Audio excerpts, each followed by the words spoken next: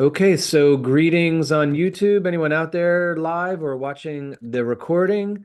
It is sort of a half snow day here in Gainesville, Florida. So US. Sorry, that's my YouTube. All right, so we were very excited to have Allison Lewis come speak with us in class today. And because of the snow day or the half snow day in Gainesville, we are doing this virtually. So thanks everyone for logging in or for watching the video later. It is my pleasure to introduce Allison Lewis. Allison is a professional engineer and senior technologist at Jacobs Engineering. She has over a decade of specialization in treatment, wetlands, and water use and has her BS and MS from Environmental Engineering Sciences here at UF. I think, like a lot of our undergrads and grads, she discovered a passion for treatment wetland technology while she was here and has spearheaded numerous natural treatment systems projects. She'll tell us about several of those today, constructed wetlands, pilot studies, ecological assessments, and her work has given her the opportunity to travel around the globe with clients from Florida all the way to New Zealand. She's also been actively involved with the Florida section of the American Water Resources Association and served as the president in 2023. She's currently the past president. So Allison, thank you so much. You can go ahead and share your screen and we will turn it over to you. Thank you so much for having me today. I'm going to try to make sure I get this in presentation mode. Can everyone see it all right? Looks great. Okay, great. Again, sorry, my video is not cooperating with me today and I couldn't be in person, but it really is an honor to be here today. It's, as Dr. Kaplan mentioned, I was at UF a little over a decade ago, and that's where I discovered treatment wetlands, the technology. I thought it was so cool, and I was hoping that I could find a job in it. And I'm fortunate enough to say that I have been able to work in this field for a little over 10 years since graduating from grad school, and it's definitely been a rewarding field. So today, I'd love to share with you some of the projects I've been working on, but first we'll talk a little bit about nature-based solutions and why, treatment wetlands are poster child for them, and some of the drivers as to why, folks lean towards nature-based solutions and treatment wetlands, and why we're having to look at them more intensely today. And so nature-based solutions, does anyone have a definition they'd like to share for this term? All right, class, you're on Zoom. People on YouTube won't be able to answer, although you can pop it into the chat if you are on YouTube. So folks in class, how about a definition for Allison to get us started with a little bit of participation?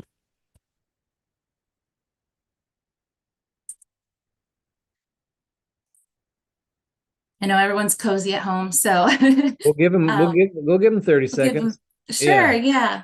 Just curious to see. I might have to call on someone otherwise. So let's have an answer from I'll go. I'll surrender myself. Thank you. If I could give a definition to some nature-based solution, it would be I don't want to use nature, but I'll use natural, a more natural or environmental-based plan to tackling an issue that we have as humans. That could be like, creating a wetland instead of creating like a water treatment plant or things of that sort, like finding an environmental friendly way to handle a problem. Sure. Yes. Thank you, AJ. Appreciate your participation there. And yeah, you pretty much nailed it. In my quick research of various definitions, I was curious if I would find any commonalities between them all. And one thing that stood out to me was, of course, it involves the environment and leveraging nature, but it also involves people and society. And then there was a lot of, action verbs of protecting, managing, restoring, solving problems, addressing issues that society faces. And then I noticed there was kind of a theme of biodiversity through it all, and diversity is also kind of included in a lot of these definitions. And so we've seen this term all the way up at the White House. It's being kind of pushed everywhere to kind of look more towards these solutions because of the many benefits we're finding that they provide. But often I kind of wonder, okay, what do you actually mean by that? And I think, as AJ kind of mentioned too, instead of using these conventional systems where we have to still take resources from the earth, but we have to apply a lot of energy to them to create concrete, steel, electricity, chemicals, but really relying on natural green systems that are utilizing sun, gravity, land, and plants. So you guys, you come from the HTODM Center for Wetlands, you know all about this better than anyone else. But I'd like to argue that, yes, treatment wetlands are one of the premier examples and applications of nature-based solutions. And so what are some of the drivers? Well, this is a little more tailored to Florida, but in my work, I found that really these issues are across the nation, across the globe. And so specifically in our springs, Everglades, estuaries, Lake Okeechobee, we see the impacts of eutrophication and algal growth and how it chokes out the ecosystem habitat. We have dwindling water supplies, reduced environmental flows. We hear all about the MFLs, especially up in Gainesville with Ichetucknee Springs and the many springs nearby. We also have total maximum daily loads and VMAPs for nutrients, trying to prevent the algal growth. And this algae causes blooms and fish kills, toxins in our environment that impact human health, taste and odor in our water supply. And because of all this, it's getting more and more regulatory attention to promote nature-based solutions to handle water quality improvement and better water resource management. And so why wetlands? Well, wetlands improve water quality naturally. This you all know, so I won't linger too long on this figure, which you probably have memorized here. But with their various mechanisms of nutrient induction and removal, wetlands improve water quality naturally. And even more so today, we're looking at not just nutrients, but we're looking at pharmaceutical compounds and personal care products as we're finding these in our water supplies and in our natural water systems. And so actually treatment wetlands are a great tool for handling these constituents due to their longer retention times than many of our man-made systems. Also, the variety of removal mechanisms such as photolysis and microbial degradation, sorption can tackle the different chemical compounds that we're finding, since they all differ greatly. And then in addition to improving water quality, it's also a way to augment environmental flows, water supplies. We'll talk more about this later with some specific projects. Many ecological benefits for creating habitat. And then also we're creating a place for humans to recreate and enjoy and take a little mental health break and learn about. And so there's a great benefit to us as humans, not just for improved water quality. And then so ultimately, this is a way to beneficially reuse our water, and maybe waters that we feel have been contaminated and might not serve as well. Instead of just sending it out to sea or injecting it through a well, we have other options. And so I'm going to talk about some of the different types of wetlands. First, we'll start with natural wetlands and then kind of move on. But it really all began here at the HTODM Center for Wetlands. Dr. Odom pioneered kind of putting wastewater effluent in these cypress domes. Dr. Bob Kalick was also working up in Michigan looking at similar research. And he found the benefits of these cypress domes and removing nutrients out of the wastewater effluent. And so later on into the 80s, treatment wetlands started to gain more acceptance. The Florida Administrative Code developed the Wetlands Application Rule, where you could apply wastewater effluent to natural wetlands. So these are wetlands that are already existing in nature, not man-made.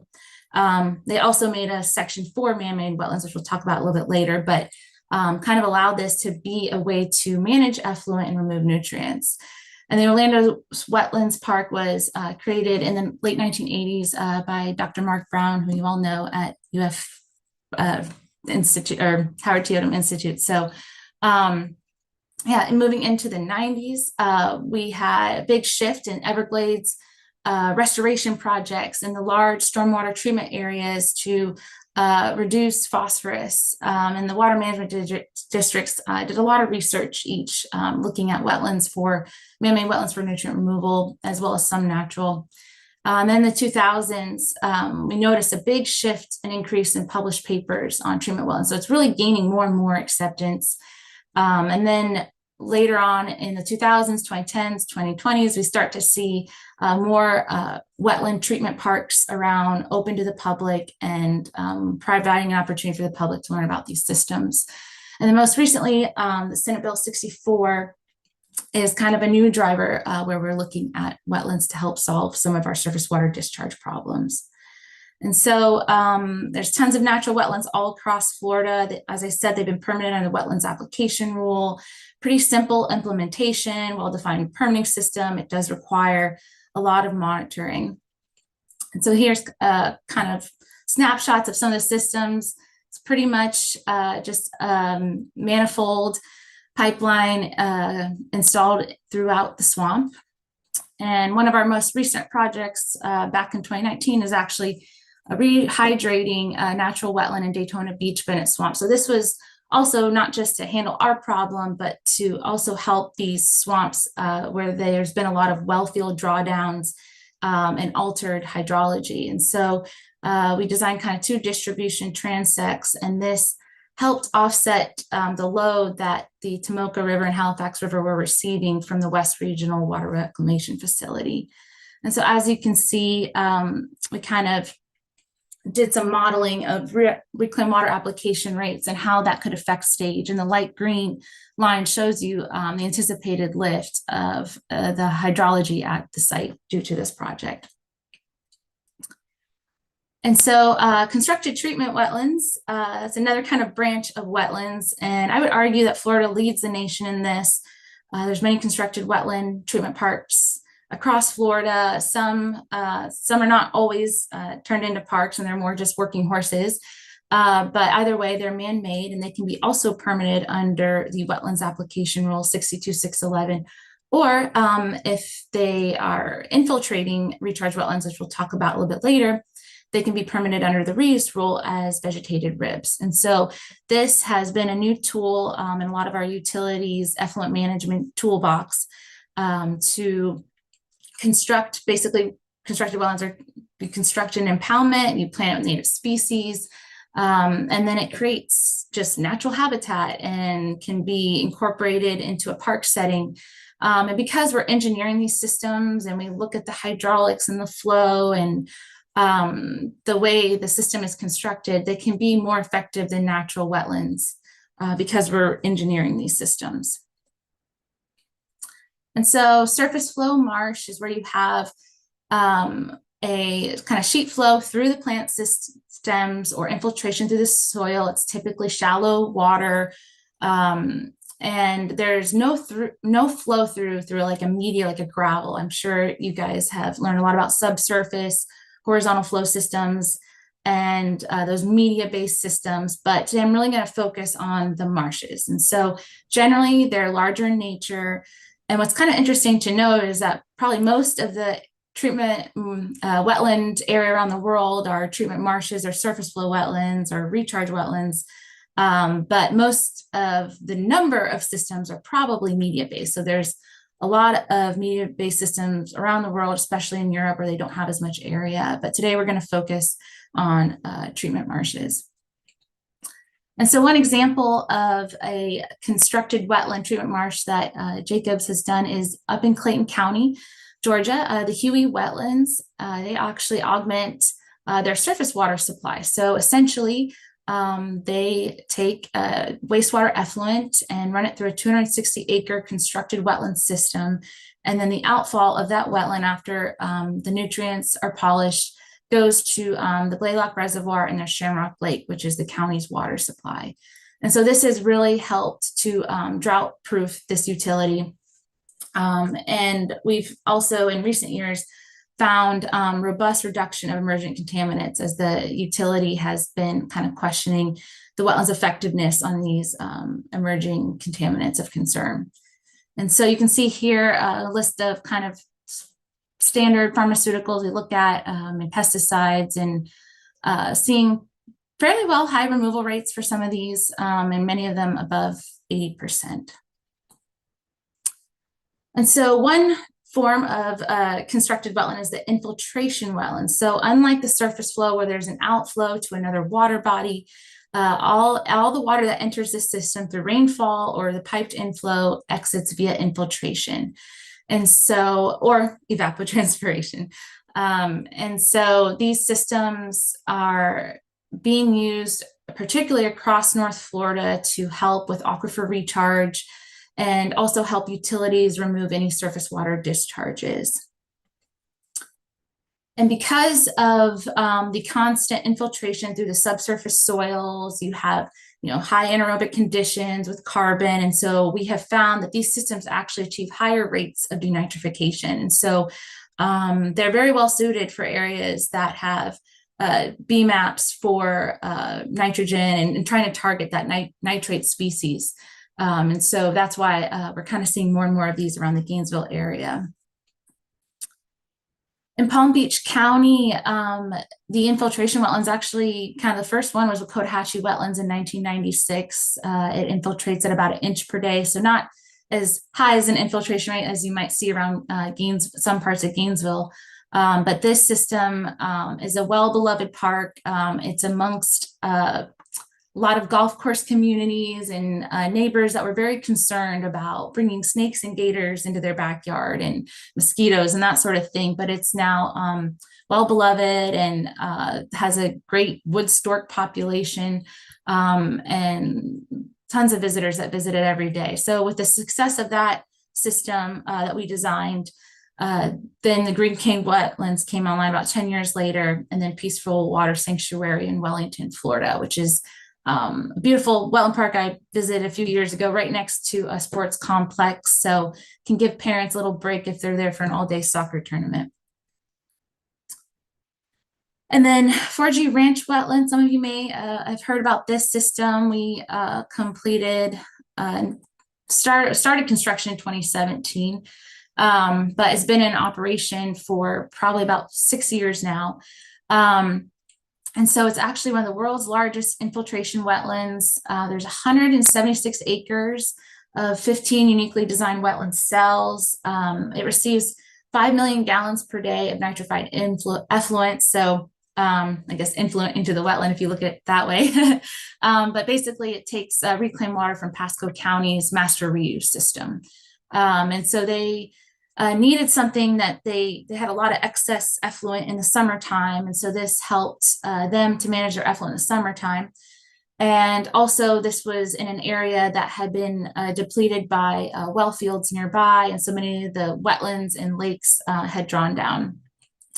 So it has been very successful. We've seen nitrate reduction pretty much down to background levels. And so this is where we kind of have learned that just the enhanced denitrification powers of recharge wetlands. And so we've also seen hydrologic lift in some of the wetlands nearby and on site. You can just see in some of the aerials, the nearby wetlands just seem to even have, just from a visual perspective, more water in them. And so this recharges the Upper Floridan aquifer in this area. About 50% of the water goes to Upper Floridan, 50% goes to natural wetlands. And we have a whole hydrogeological investigation that was conducted on the site to help lay out this site. And so this was actually a neat kind of public and sort of private partnership here. And so we had Pasco County that needed help with their effluent management capacity. We had the Southwest Florida Water Management District that was looking for aquifer recharge benefits in this area in the northern Tampa Bay water use caution area. And then the Forg Ranch Wetlands, the private landowner, was looking to help improve some of their sustainable cattle operations and recreational opportunities on their land. And so the county actually leases the land from Forg Ranch, and we were able to construct these cells on their property. And so this is helping Pasco County with their effluent management capacity, and then SwiftMud helped co-fund this project due to the aquifer recharge benefits of it. And so this is kind of a site layout. This was in our design plans. You can see the 15 different cells. They're each individually fed with reclaimed water. And as I mentioning earlier, the hydrogeological investigation, we were able to take that data and develop a surface groundwater model to really understand how we could load the system. We wanted to make sure that we wouldn't have dry wetland cells, and we wanted to make sure we didn't overflow them. So that really kind of formed and guided our basis of design for this system, and was what was able to tell us how much area we needed kind of for the 5 million gallons per day. And our water quality models did indicate that we would have nitrate reduction back down to background levels. And so we pretty much constructed the impoundments and dug out some deep zones to help with hydraulics, but we left a lot of the natural grade there because we wanted that microtopography.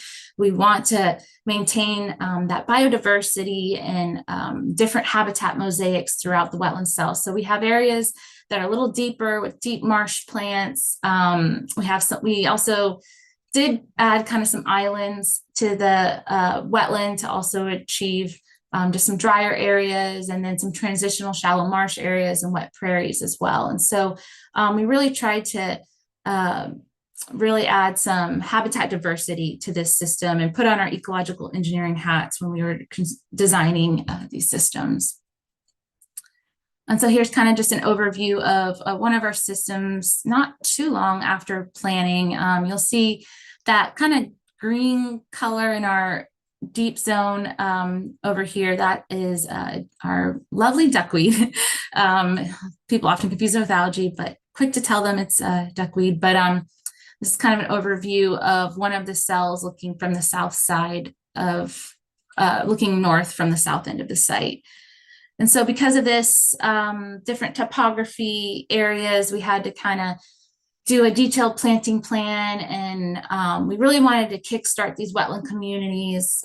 We know that you add the water and the plants will come, there's natural seed banks on site, but we really wanted to equip this thing to start treating the water well. And so this is just kind of a layout that was in our design of our planting plan, and the different hatch marks kind of indicate different species and depths within the wetland cells themselves. And you'll notice too, these aren't rectangular boxes. So we really try to incorporate some organic curves in that, so we can really mimic the natural wetlands you would see. So when you fly over this site, you can't really tell the difference between this constructed wetland and the nearby natural wetland. So while these were funded because of their recharge benefits, and also we've seen a high reduction in treatment, as I mentioned before.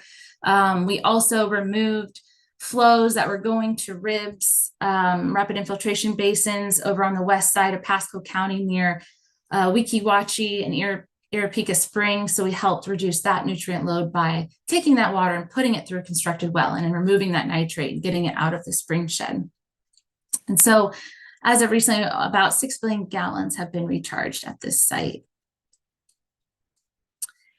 One unique feature we like to apply to our design of constructed wetlands is automatically controlled hydro patterns that kind of mimic the hydro period you would see in natural Florida wetlands. And so we have lower levels in the dry season and high levels set points in the wet season. And so this actually works well in unison with the county's effluent management strategy, as they typically have more reclaimed water in the summer wet season, and they don't have very much in, say, April, May, springtime. So this system is able to fluctuate with the needs of the county. We also know that hydrology drives ecology, and so this helps promote a native species succession and biodiversity. It helps supports nuisance species control. And so it helps maintain the ecological value of minimal maintenance. And so the way this is done is that you have a water level indicator at the cell, and then that reading is transmitted kind of through that radio solar panel in this picture on the bottom left back to the PLC at the valve manifold. That's the manifold for the entire Forg site. And so then that tells the flow control valves to open or close based on the water level set point. So once the onset point is triggered, the flow control valve opens up until it reaches the offset point. Then it turns off the flow control valve, and then water naturally infiltrates until it hits that onset point again. And then the flow control valve is opened and water is sent. So that's kind of how we do it automatically and try to help out our operators in managing these systems. And then the Okala Wetland Recharge Park, that's probably our most recent project in the ground in Florida, not too far, just south of you guys there in Gainesville. And so this system treats about 5 million gallons per day of AWT wastewater and consists of 35 acres of 3 organically shaped cells. If you've been there, you might see that 2 of the cells appear to have water, 1 might not. It just basically receives stormwater. They have some hydraulic limitations in their system right now. So eventually, once those are improved, we'll be able to send water to that 3rd cell.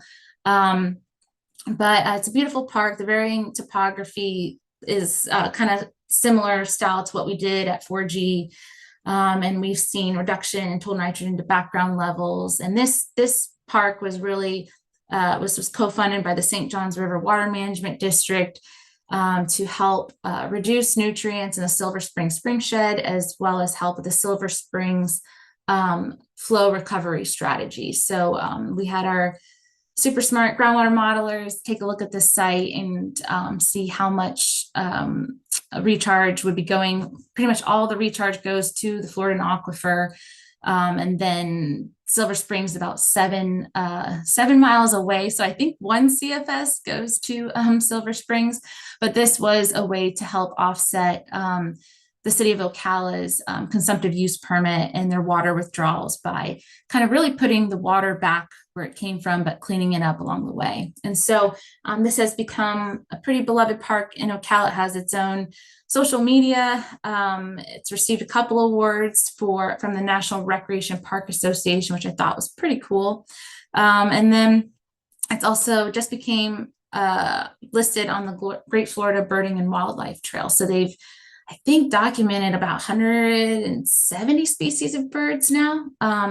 And the local Audubon is keeping track of that. So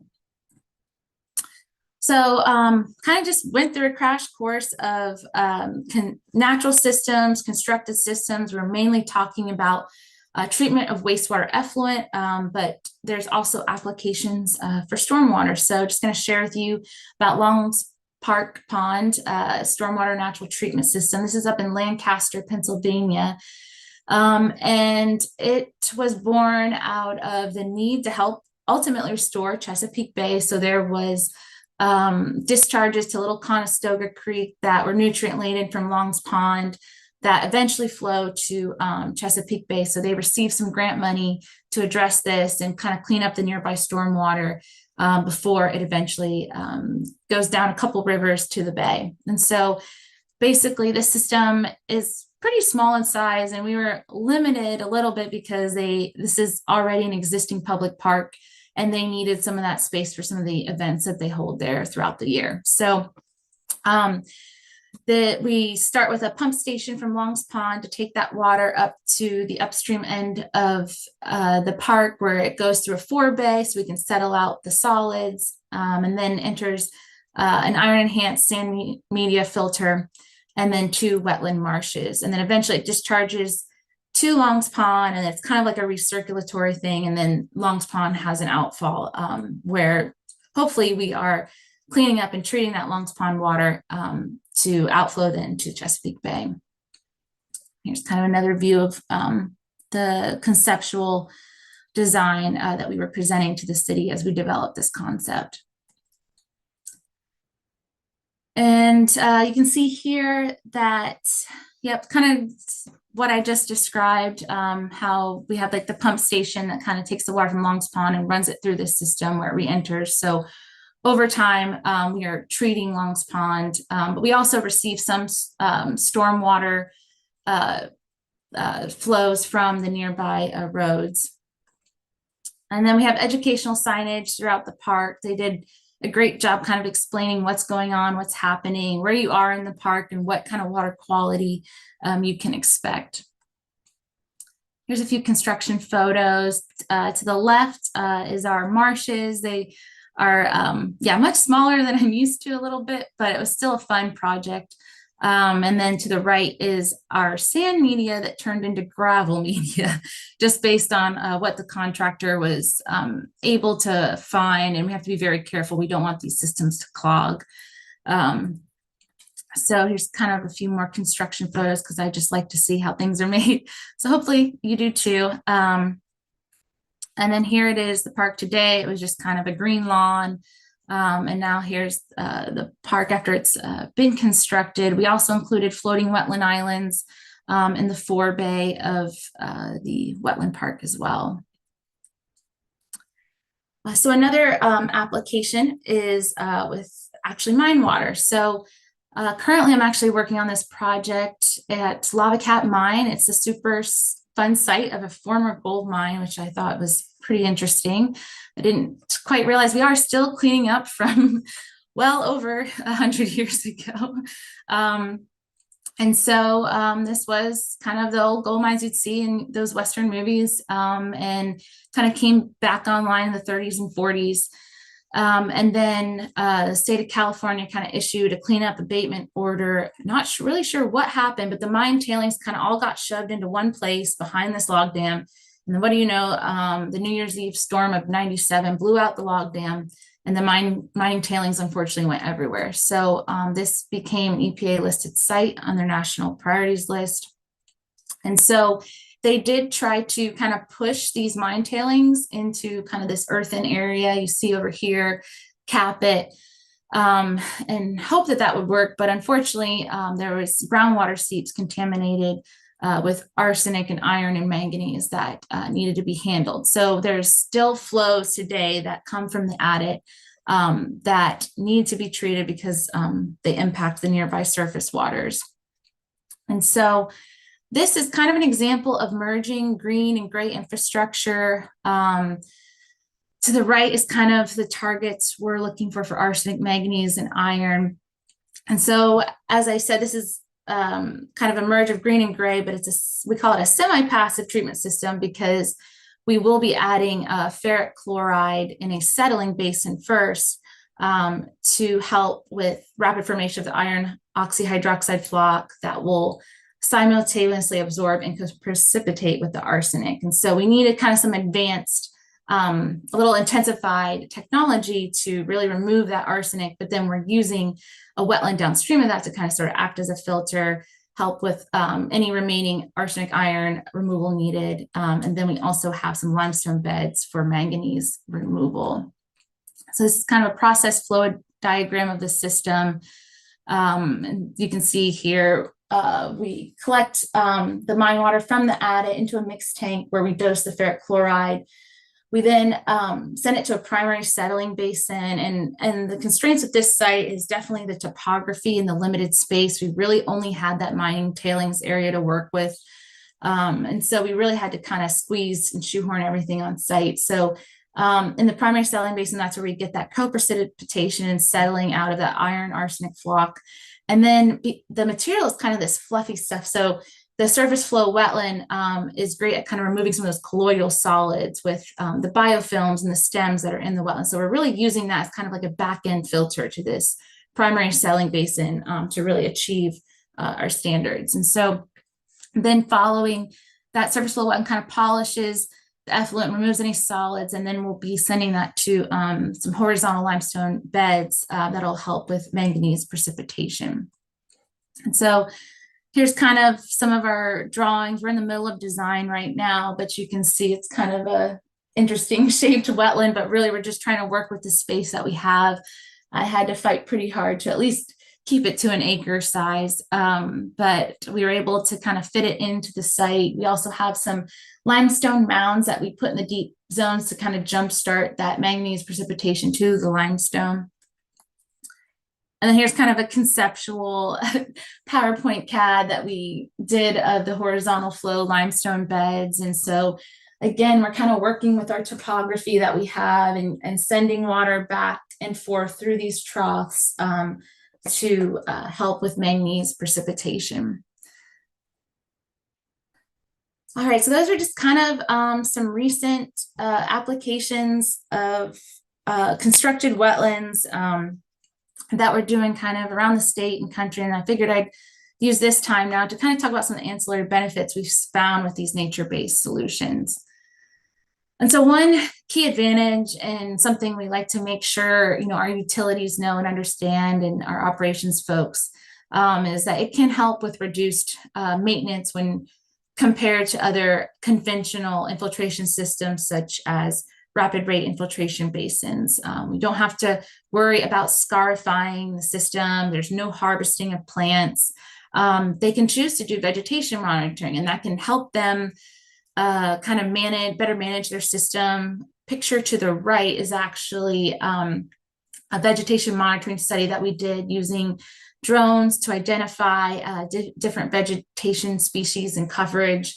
And then looking at operational set points of our water levels, we adjusted those and kind of documented that over time so that we could see kind of a decrease in that purple nuisance cover and an increase of the species we wanted to see. And so we did find that to be an effective way to kind of manage these systems with water level adjustment.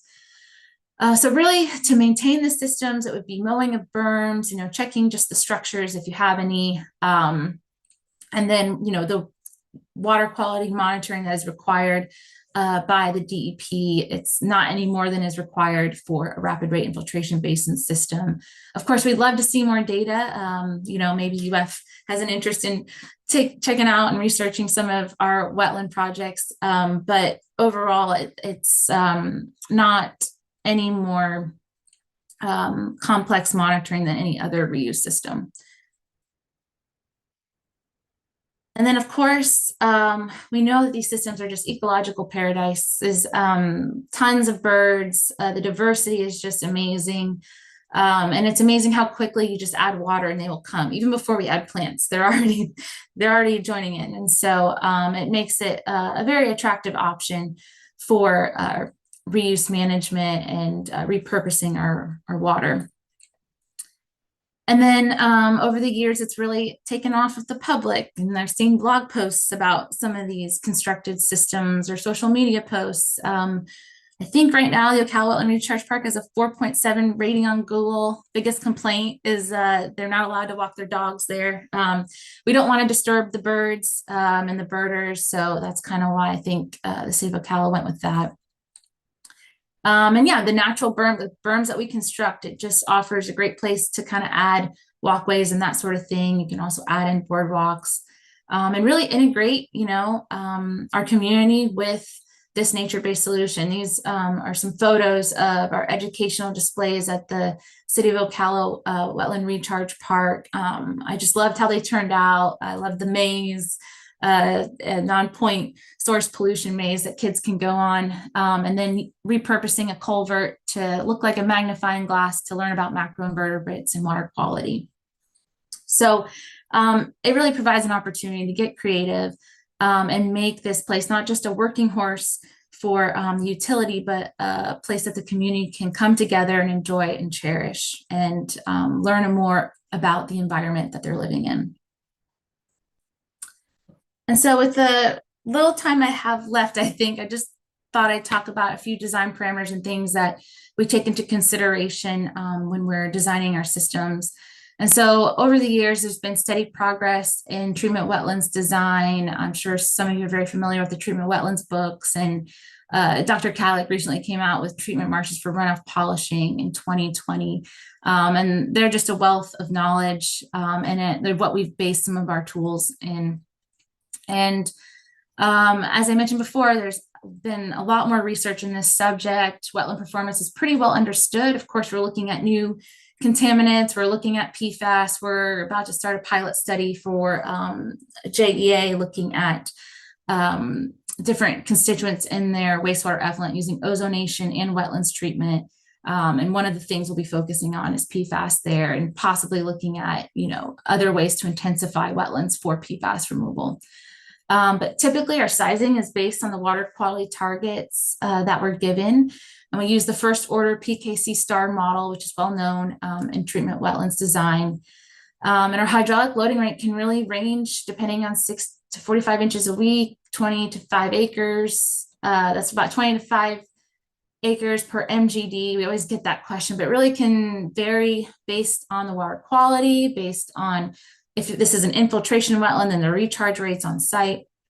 So there's just a lot of different factors that are taken into consideration. And really a lot of our designs are to meet needs regarding indirect potable reuse, water supply augmentation, TMDL compliance, and MFL compliance. Just kind of picture some of the tools we use. We developed kind of a wetland toolkit to help with sizing our wetlands for different constituents. We also use a water balance model through the SPA tool to help us with sizing our outlet structures or our trying to figure out our ideal hydro period. And then overall, there's just endless opportunities for treatment wetlands.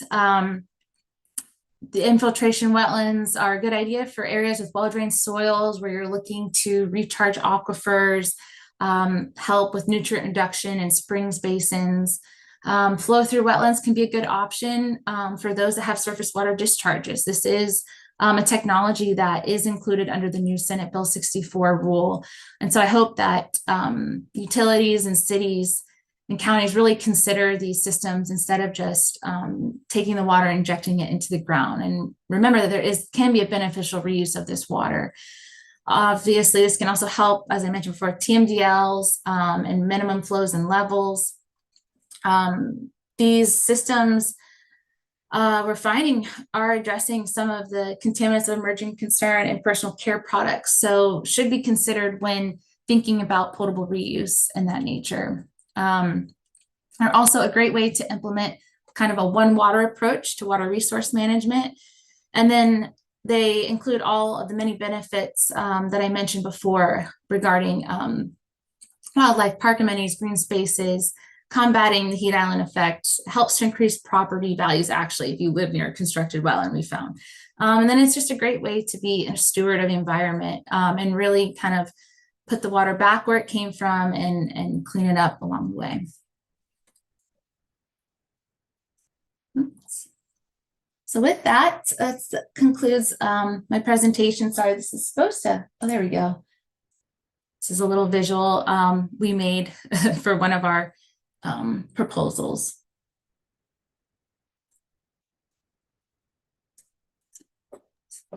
Excellent. Thank you, Allison. That's amazing. What a whirlwind tour of wetland ecosystems for water quality treatment and for recharge is really great. Let's give a round of applause to Allison. I know you're online, but either clap or give a little icon. We will take questions from the group here online. I'll pop over to the YouTube and see if we have any over there, but you can go ahead and unmute and ask a question.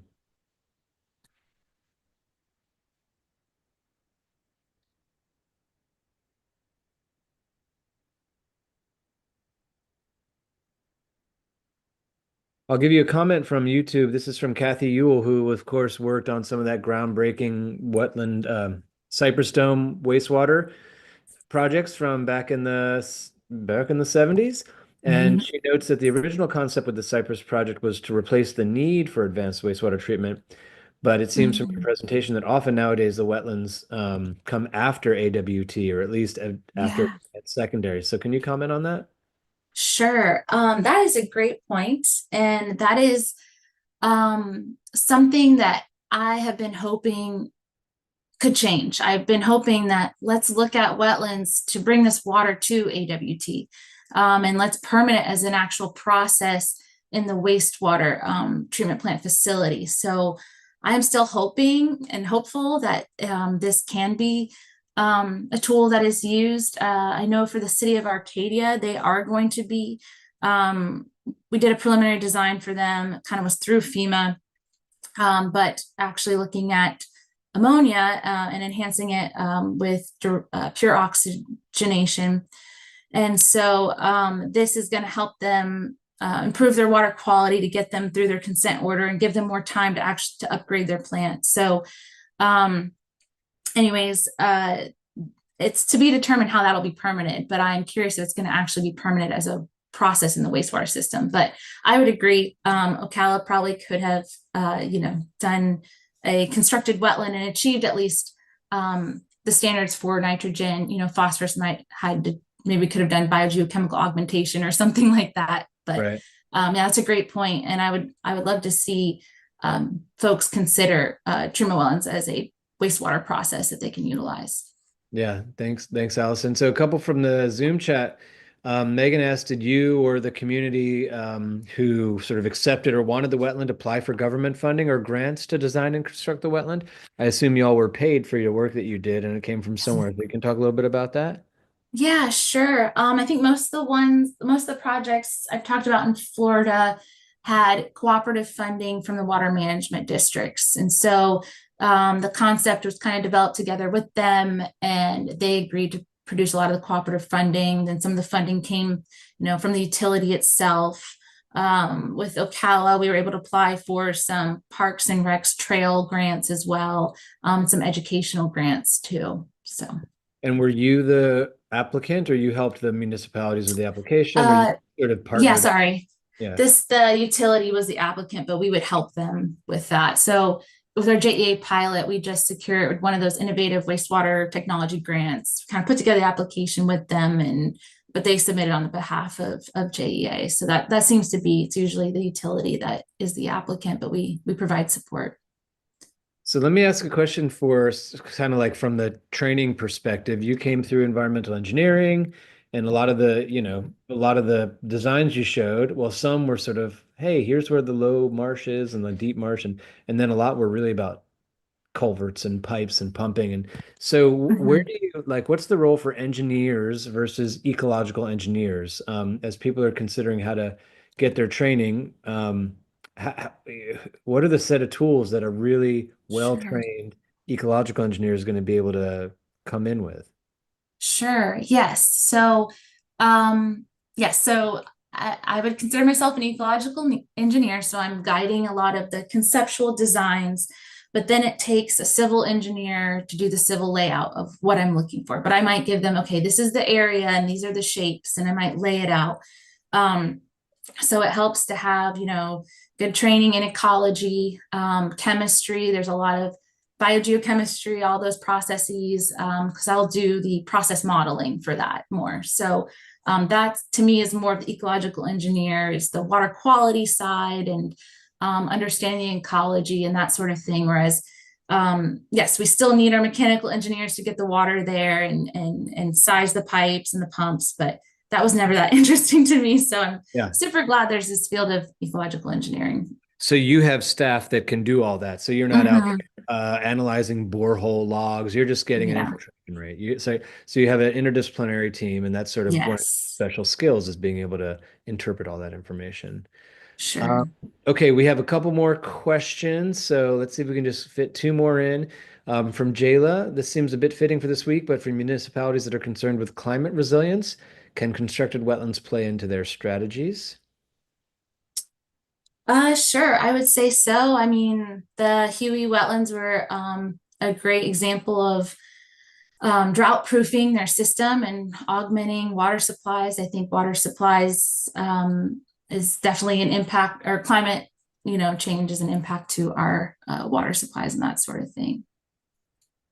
Great. Yeah. And you mentioned urban heat island and some other sort of ancillary benefits. One more from YouTube. This is Tevin Gordon asking, how can we use man-made treatment wetlands to reduce flooding and improve stormwater runoff management in urban settings? There's special challenges there. And then I promise we'll let you go after that one. Sure. Yeah, so that's kind of I guess what we did for the Lancaster Park wetlands. So one key feature of stormwater wetlands is including a forebay, because we get kind of more solids in that type of water, and so settling those out, and then including marshes downstream of it to really provide that water quality improvement. And so if we can route areas, actually, City of Ocala Wetland Park does receive some stormwater from an area that was always flooding. And so they were able to kind of route that water over to us, and we were able to manage it. Awesome. And Laura, yes, the Orlando wetlands are engineered and they are open to the public and a really beautiful place to go hang out and Mhm. to look at birds. And it's a beautiful spot, hundreds and hundreds of acres. All right, so please join me in giving another round of applause to Allison Lewis from Jacobs. It was a great talk. We really appreciate you kicking off the semester for us, even though we had to do it virtually. And even though Yeah. you're just a black box there, we appreciate it. Was an excellent talk. And hopefully we'll see you on the seminar again soon. Thanks, everyone. Yes. Thank Thank you you. so much. Appreciate you having me. All right, and before I let you go, let me check on our speaker for next week and announce whether we are virtual or in person. So next week we have Shelley Kruger. She's a Sea Grant agent who's going to be talking about sponge restoration, aquaculture in the Florida Keys. So I'm remembering that she is not coming up from the Keys. So next week we will be virtual. Everyone who is an on-campus student should either come to the room or watch live on Zoom. But we will be on live, and those everyone who's a distance ed student, of course, watch the YouTube or the recording on Zoom. Thanks, everyone. Look forward to seeing you all next week, and I guess stay warm out there. See you later.